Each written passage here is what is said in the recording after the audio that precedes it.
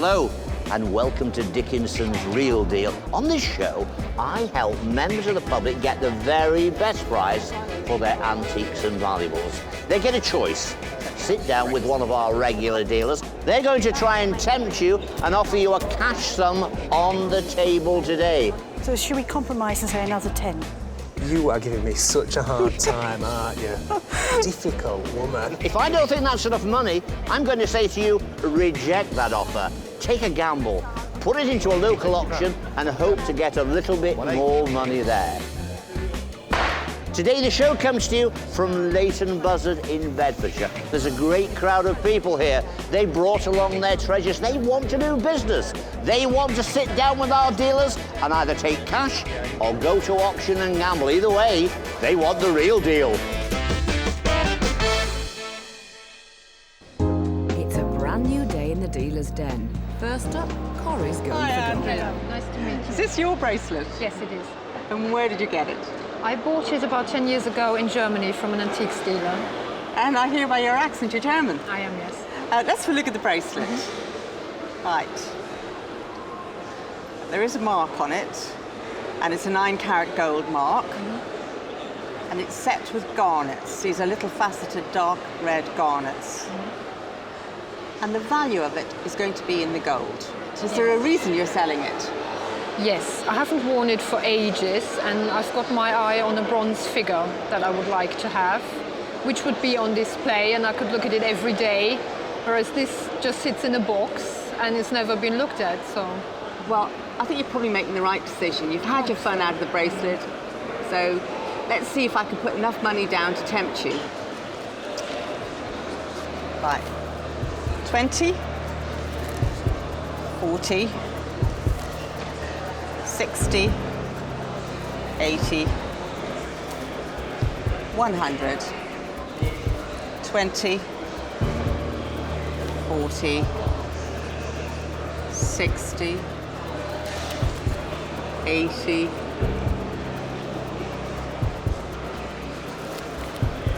200. I'm very nearly stopping. Nearly all the way around to you. Well, there's a bit of space left, isn't there?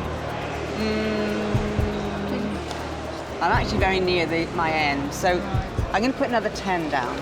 So you've got 210 on the table, and I actually think that's quite a good offer.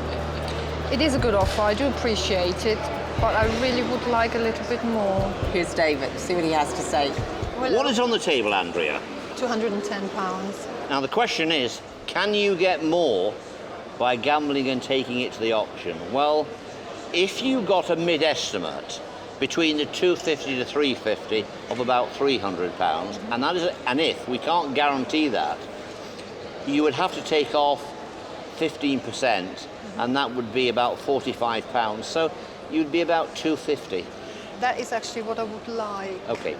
Well, what you've got to say to Corrie is, are you prepared to match that kind of figure that's in my mind?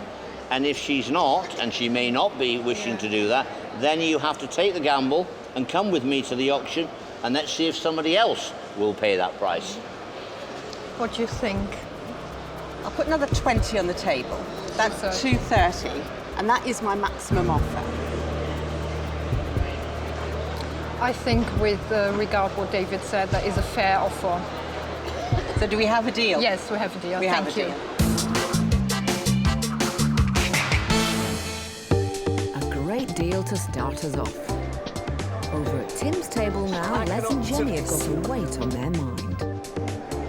You've brought a Baccarat paperweight in, which I believe is yours, Jenny, isn't it? Yes, it belonged to my father. Belonged to your father? Yes. And how did he acquire it?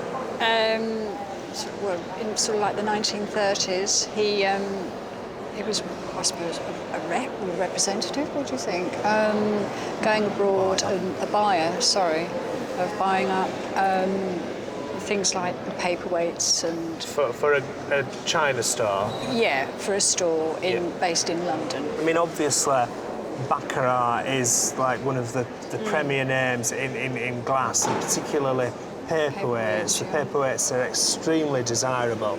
And if you have a look at it, these, they look like little flowers. The Millefiori. Millefiori, yeah. They call them canes. That's it. And sometimes, you've got the 1854 one, you get little pictures in them as well. You can get, you know, like little steam trains and things like that. It has had a little bit of a bang there at some time. Did you drop it, Jenny, when you were dusting? Not aware of doing it, actually, no. Tricky thing to price, really. Quite like them, I mean, they're quite saleable. Right, anyway. £50. No.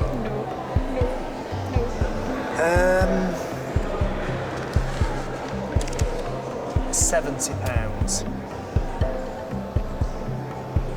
No. £90. Getting closer. Yeah.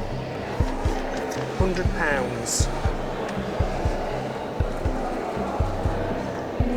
I think he's creeping closer, Yeah. but very slowly. We're down to the blue ones now. Dear, dear, dear. 105. No, I want one of the first one you put down. I'm sure you do. Another one on top of that, yeah. Well, look, if I take this away and I put another 10 on the table, so we've got £110. I think Tim has to put down another one of those 20s, but I think he has to take one of the 10s away. So you want me to take a 10 away and put a 20 down, so you want £120? I think that would be fair. Well, no, this sounds You're going to put that fiver back I'm going to put that fiver back down. 115. So have we got a deal there, Jenny? Yes, we have to. Thank you very much. Thank you. Thank you, Les. He is a hard taskmaster.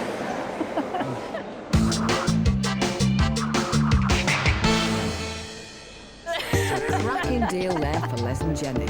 Now we're over at Debbie's table where Bob's trying to hit the right note. The Duke and auctioneer William Rouse is standing by. Tell me what you brought into the real deal today. The real deal, basically, is this pound note signed by Sir Edmund Hillary and Sherbet Tensing.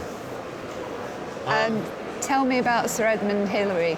Well, they were just the first Everest climb. That's it. I believe in 1953. That's it. Was it? Absolutely. And if you look underneath the pound note, which is attached, that is the invitation to the banquet by Sherbet Tensing and the Rani, which I've got the photograph of here. That is the Rani and that's Sherbet Tensing. So Rani is Sherbet Tensing's wife? I don't know. That's the invitation as it stands there for Mr. and Mrs. Thomas Crisp. Now, Thomas Crisp died, it must be the mid-50s, something like that, which left his wife, Kathleen, which is a widow, and she became a partner with my father. And so this is how it came across to my came father. To you. Then my father... Oh, don't... It's obviously an emotional thing because it's a family related, has a great deal of sentimental value. William, what we've got here is something which I think is quite unusual. How many do you think there are of two signatures together on a piece of paper or on a banknote? I don't think there can be very many, and I think the fact that it's so important, it's a very important historical thing in the 20th century. This is one of the most significant things along with landing on the moon, isn't it? So there's a lot of collectors be very keen to get this, I think. What's our dealer going to say? Let's see what she puts on the table. Now, I'm going to make you a speculative bid, and what I don't want you to do is accept it if you feel that it's going to get you more at auction. 50?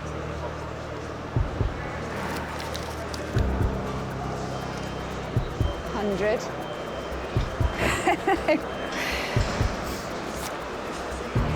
What do you feel about 120? Well, if I take the 20 away. And I put one more down. Oh, here comes David. 150. Okay, £150 is down on the table. What's the chances of getting another Sir Edmund Hillary and Tenzing, the first man to climb the highest mountain in the world? Unless you get more money there, I'm going to say it's worth a gamble. If it doesn't sell at the auction, you've lost nothing. You still have the signatures. Really? Thank you. Thank you. I think that's really, really fair advice. And whilst David's disclosed now that you've had an estimate of 200 to 300, it's one of those things that's so incredibly rare, Bob, that I think it could do better than that. Okay. How do you feel about that? Okay. Thank you. Well, best of luck at auction. Thank you. And I look forward to seeing how well it does.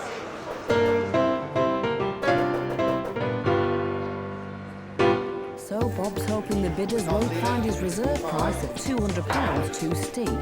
Are you sure you're doing the right thing? Absolutely, 100%. Well, it's here now. Okay, here it is. The reserve's 200 quid. Is there a buyer here? Will it sell? Let's find out. Where should we start this? Let's start at £100. £100 to go for it, for the ephemera. £100 I'm bid. It's a rare lot, this, but it's a specialised lot. 130 I'm bid. 140, 150. You want 160, 170, 180. It's creeping, 190. 200. Straight to the reserve. 210 I'll take elsewhere. It's at the reserve at 200. I thought that was mounted, maybe too high to climb. For £200, you all done 200. So the gavel went down to 200 quid. I sensed you were a little bit disappointed, perhaps hoping for a little bit more. Take away the commission, 170. Keep that smile up. Real deal, 170 quid. Coming up, Tim finds out first impressions can be deceptive. Do you know, when I saw you, I thought, what a nice woman. Shows how wrong you can be. But will they be friends in the end? Welcome back to Dickinson's Real Deal. Time is ticking in the dealer's den. Henry and Daniel saddle up for this stirrup clock. Dan, good to see you. So what have we got here then? To be fair, I don't really know a lot about it. It's my friend Sam's, renovating her grandma's house. Right. And yeah, we just found it in the back of a cabinet, heard about the show, so yeah, let's bring it along and see what it's worth, sort of thing. Fantastic. The actual clock itself is a French porcelain and enamelled dial, okay? But I like it because there's still a lot of people around that absolutely love horses and anything pertaining to horses. I like the fact that we've got here the dial, these garlands of flowers there. They're in really nice condition. That's what I liked as well, about Slightly it. faded. I think what appears to be pinkish here, I think would have been a brighter red originally. Okay. But obviously as the sunlight hits it over the years, it fades it. Yeah. And at least the glass is intact, because quite often you find with these that the glasses get damaged on the front, yeah. where they're dropped, they're, you know, banged. And the fact that this spur is holding it onto the stirrup does mean it could quite easily fall off. So, question is, what's it worth? I'll make you an offer on it. Okay. And see what we can do. Yeah. Okay. I think we'll start 20, 40,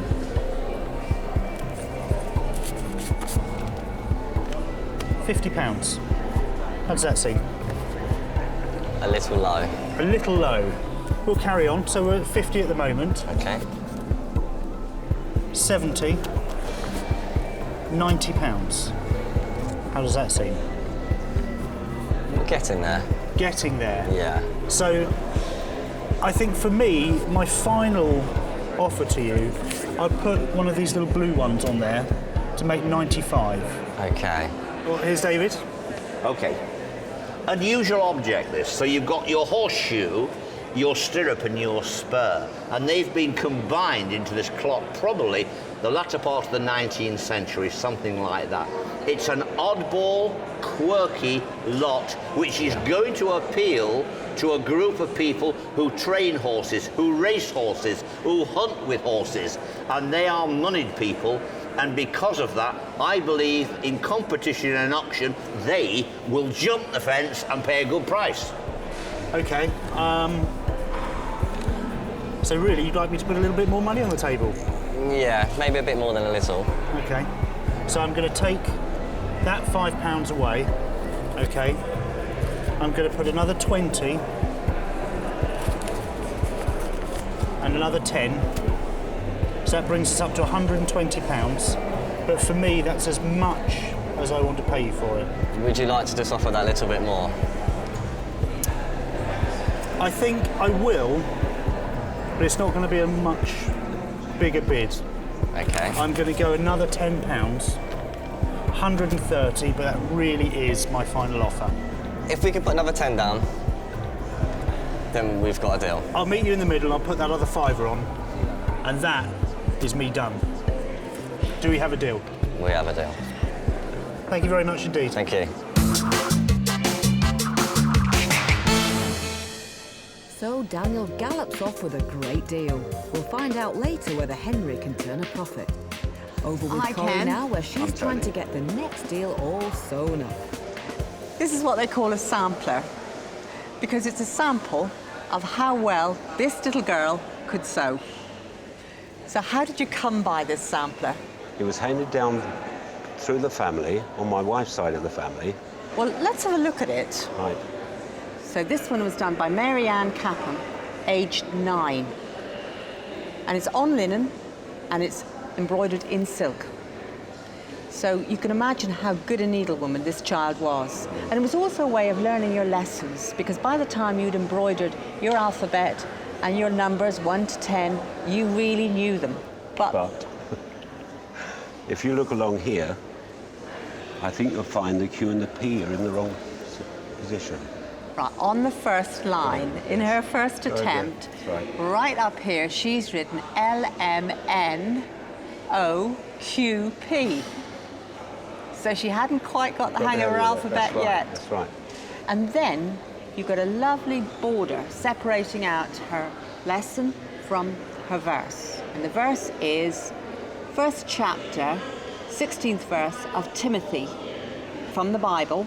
And it says, "This is a faithful saying and worthy of all accepting, that Christ Jesus came into the world to save sinners, of whom I am chief." I mean, what a burden for a 9-year-old child, chief sinner.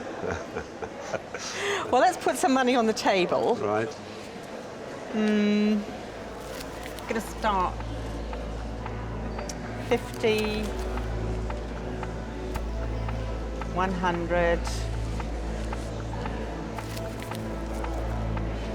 120. More, he says. 140. Got 160, and I'm getting near where I see it. And we got David. Well, there's mixed views on this. Samplers are always very interesting. I think that's a good example. Corrie Jeffries, our dealer, is a shrewd, intelligent dealer with a very good eye. You've seen her before. She puts good prices down, and you know she buys nice things. And believe you me, I think she wants to buy that. What we've got on the table, we've got 160. Take away the 60. 150. 170. 180. No, I think at the moment I'd probably go to auction. How can I tempt you? Would make it perhaps. Right, we've got 150, 170, 180, 190. I'm there. Okay. Do we have a deal? No, I think I'd rather go to auction. Well, I wish you the very best of luck. Thank you you very for much, bringing Gary. it in. Thank you.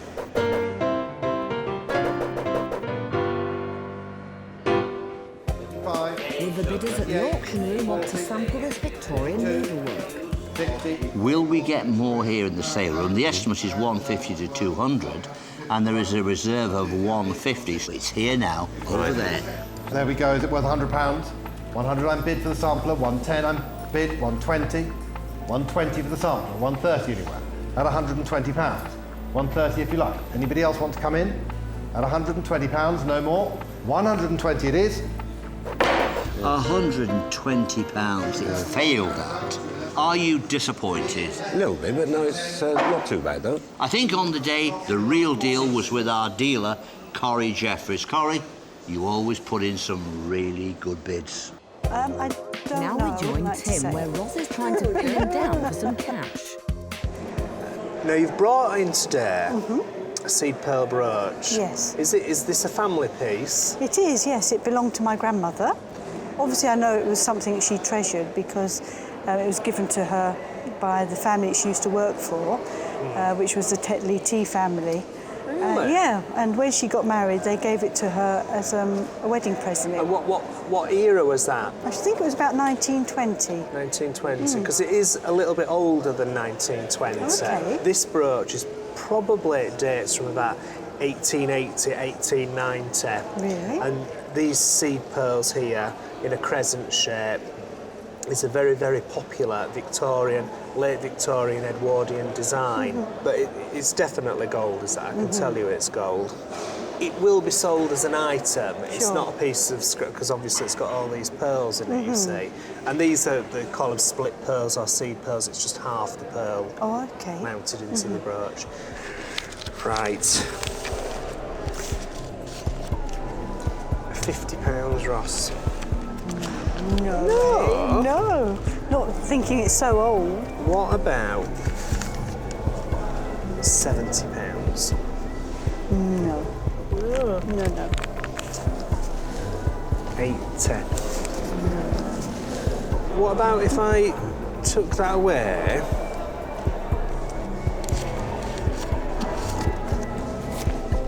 £90. No, I think another brown one would be quite nice. What? One of those? No. Are you colourblind? A red one then. A red one. A red one, yeah. Well, I'll put another brown one in, because that's the colour you said. £100. We're getting there. Do you know, when I saw you, I thought, what a nice woman. Shows how wrong you can be. Yeah. 110. No. Some more, please. 120. What about another 20? That would be quite nice. Really, it's not. I love it because it's an antique. Yeah. I absolutely love it, you know. But it's just the commercial reality of it as an item. Sure. Okay. So should we compromise and say another 10? You are giving me such a hard time, aren't you? Difficult woman. Look, 125, Ross. Okay. Have we got a deal? Yes, we have. Thank you very much. Thank you. It was like War and Peace, that, wasn't it? Thank you.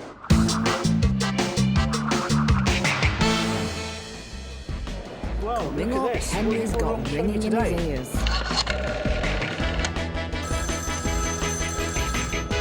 But will he answer Terry's call? Welcome back to Dickinson's Real Deal from Leighton Buzzard in Bedfordshire. Hi, Paul. I'm Corrie. Walking over Hi, to pleased to Corrie's meet you. table where Paul has brought in This is some very highly intriguing, this unusual collection you've got items. here. Whose car did these come from? They're all from my father's. He had an old Austin 7 when I was a child. He said if I wanted them, I could keep them. So I don't want them anymore, though. Well, let's have a look at them. So you've got, these are old AA badges, Automobile Association badges. And the interesting thing is they've got numbers. So these are your membership number. Nowadays we have a little plastic card, don't we, with a really long number, and that's our membership number. In those days, you put your badge on the car, and that was your number. And interestingly enough, on this one, it says, this is the property of the Automobile Association, to be returned at the end of the membership. Oops. So obviously these had a value. You've got the 3 badges, and these interesting desks. Do you know what they're for? I'm not sure, but I did wonder whether they were either from the wartime when you had to dim down the lights, or whether they were before they had amber glass with fog lights and maybe put them over the headlights of the car just to help filter through fog. Well, either explanation is very sensible, but I actually do think these are war ones. Wow. I think these are blackout. And these are little motoring goggles. Yes. So things have changed, haven't they? Times have really changed. Yes. Well, you've brought them along today to sell. Mm-hmm. So do you have anything in mind to do with the money?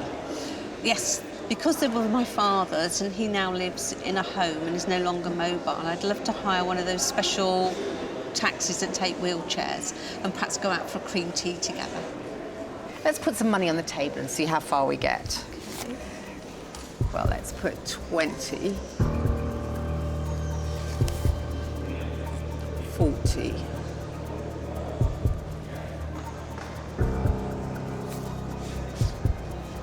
50. 50 on the table.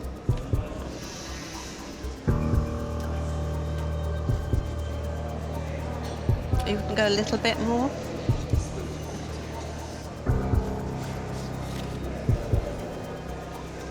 That really is it, 55 on the table. So the decision is yours. I think there's enough there for a cream tea. Do you reckon there's enough there? I do. So we have a deal, And a do we? taxi. We do. Thank you very much. Thank you very much. Thanks.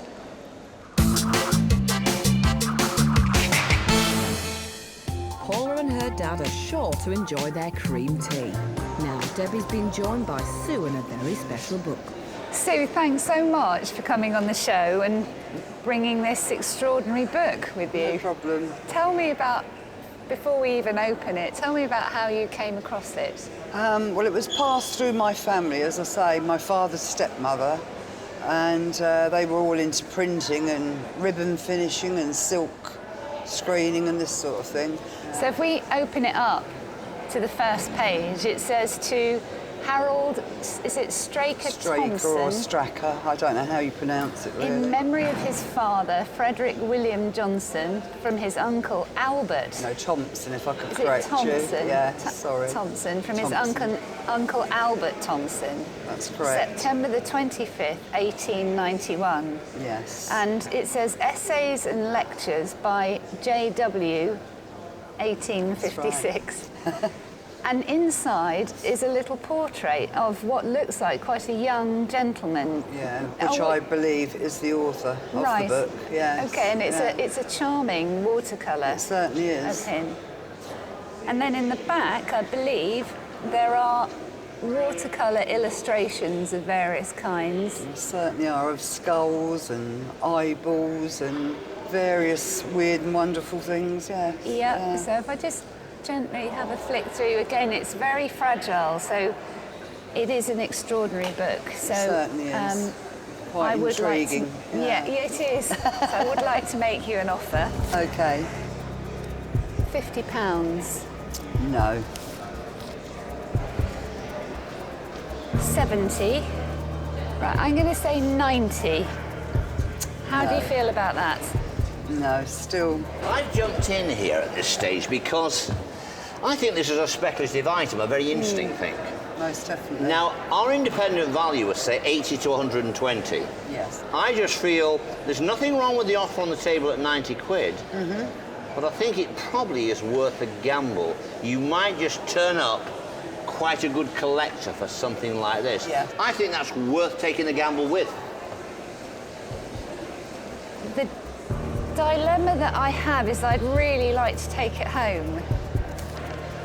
I'm going to offer another 20. No, I think I'd like a little bit more. How about I put another 10? I think really, you know, we're probably looking at somewhere in the region of about 250, quite honestly. Ooh. I'll put another 20 down and take that 10 away. And I think I'm out. And if you seriously feel that it might do better at auction, which it could well do, because it's so unusual, yes, then Sue, I'd take it to auction. Yeah, I think I will actually. I think I'll go to auction with it. I don't think that's unwise, No. and all the best. Okay, lovely to have met you. You too. Thank you.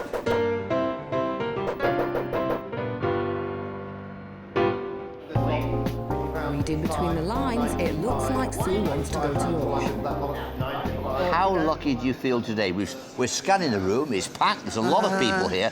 Are the right people here for your book? That's what we use. Fingers crossed. Fingers crossed. It's coming up now. The estimation is 80 to 120. That means it could sell for as little as 80 and still a 15% commission could be taken off. So you need to get over the 130 to do as well as the money you were offered on the dealer's day. I certainly do. 45. The Essays and Lectures of F.W. Thompson. And I'm glad to say we have got a little bit of interest to start off. There's interest with the auction here, that's good news. Here at £110. Rated at 110, that's a good start. On the book, 110. 120, 130 with me still. Are you sure? £130 then, it's a nice thing. 130 all done, nobody else? 130 is the bid, 130. 130. It made £130 here in the sale room. Take away the commission, 110. So you're going away with a little bit less. What do you think now? Oh, well, I've had a lovely day. It's been fun coming and fun meeting you, so... OK. On the day, I'm going to award the real deal to our dealer, Debbie. You were right on the money, girl. That was the real deal.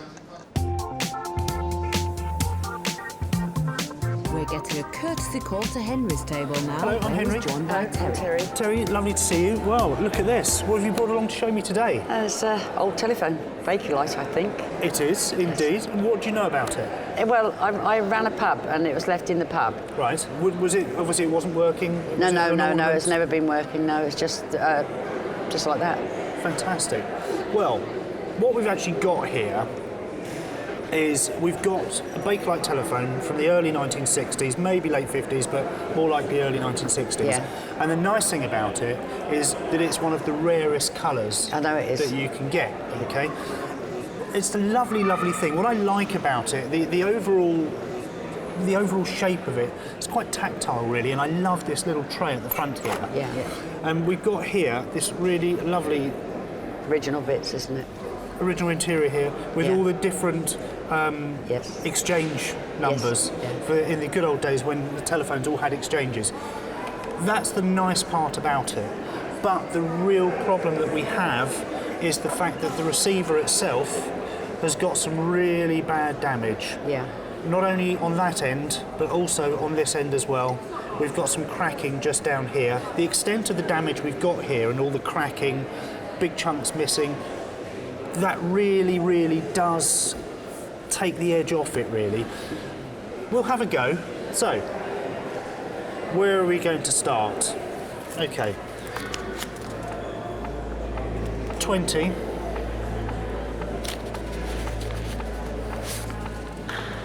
£30. No. No, that was a very firm no. It's a definite no. Okay. What I'll do, I'll take this 10 back and we'll try you at 40. No. Okay. I'm really trying very hard.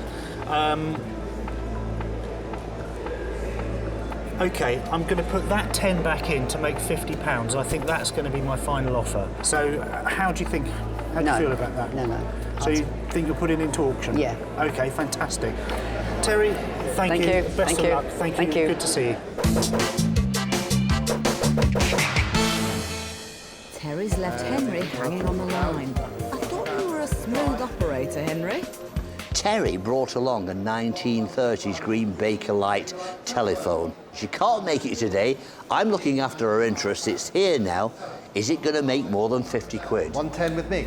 Still a left bid of £110. 110 quid? Blimey. She's going to be pleased. Then I'm going to sell it 110. OK, that green telephone that was left behind in a pub, that she used to run just made 110 quid. We've got to take away some commission. It's just over 90 quid, about 94 quid I'm going to be sending off to her. The telephone, the green one, the 1930s, just got 94 quid and we're sending it to you. That was the real deal. Hi, Pam. Hi there. Nice After to the meet you. break, Pam's selling a gift from her mother. Very nice. yeah. She's very generous, your mum, isn't she? She is. Yeah. But will Tim be as generous with his offer? That's good as that. Don't say no. Welcome back to Dickinson's Real Deal. We're over at Tim's Hi, table Pam. now. where he's Nice to meet linked you. up. Now, you've brought a bracelet along today. Can you tell me a little bit about where you acquired it from? My mum gave it to me. She bought it in Italy because she's Italian, and she bought it about 60 years ago in Italy. And do you never wear it then, Pam? I've worn it a couple of times, but I prefer another one that my mum's given to me instead, which I'm wearing today. All right, let's have a look at the other one as well. Oh, very nice. yeah. She's very generous, your mum, isn't she? She is. Yeah. So let's have a look at this. Quite pretty, that sort of like open link design. Yes. And if we... So look. It's got an 18 carat mark, which is 750, which means that 750 points of that is pure gold. Yes. The problem with a bracelet like this is it's probably outweighing itself in gold value as opposed to an item of jewellery. It's not old enough to fall into the category of antique jewellery. Yes. So it really all goes on its weight. Now, how do you feel about that, Pam? Do you feel a bit... It's a bit sad because it has got a nice design, and I would have thought a lady would probably like to wear that. Yeah. They might do. It might have a small, you know, sort of little bit above scrap, but it won't be a great deal above the scrap price.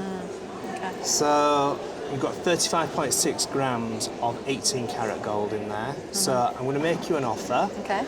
And 50, 100, 150, 200, 250, 300, 350, 400, 450, 500, 550, 600, 650, 700 pounds. I think I need a little bit more than that. 700 pounds there, Pam. I know. Today, that will scrap at £750. I'm not saying that it is an item that should be scrapped. It is decorative and quality enough to retail and to sell on as a piece of jewellery. And then remember, if you go to auction, it is more dangerous because of the deduction of commission, unless you get a private buyer who's buying it only as a user. If you get a trade buyer, they will be weighing it. Thank you, David. It will only be a very small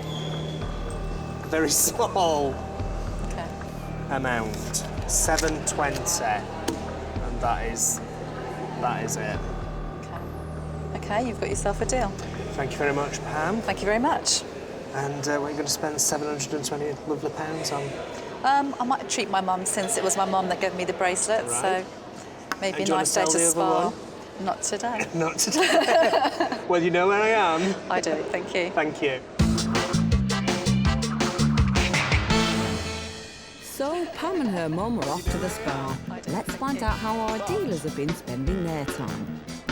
Cora's motoring memorabilia isn't selling fast. She's only managed to sell the goggles for £25. She did manage to sell Audrey's bracelet for £255. Great. Oh, wonderful to hear. Meanwhile, Henry sold the stirrup clock for £150. So Tim's our dealer of the day. He's not moved the paperweight on, but he sold the brooch for £140. You are giving me such a hard time, aren't you? Difficult woman. And he scrapped Pam's bracelet for £770. Well, you know where I am. It's been an interesting day in the sale room this time. There's been some good buys and there's been not such good buys. But that's the way it goes when you go to auction. Don't forget to join me, David Dickinson, next time for Dickinson's Real Deal. Bye for now.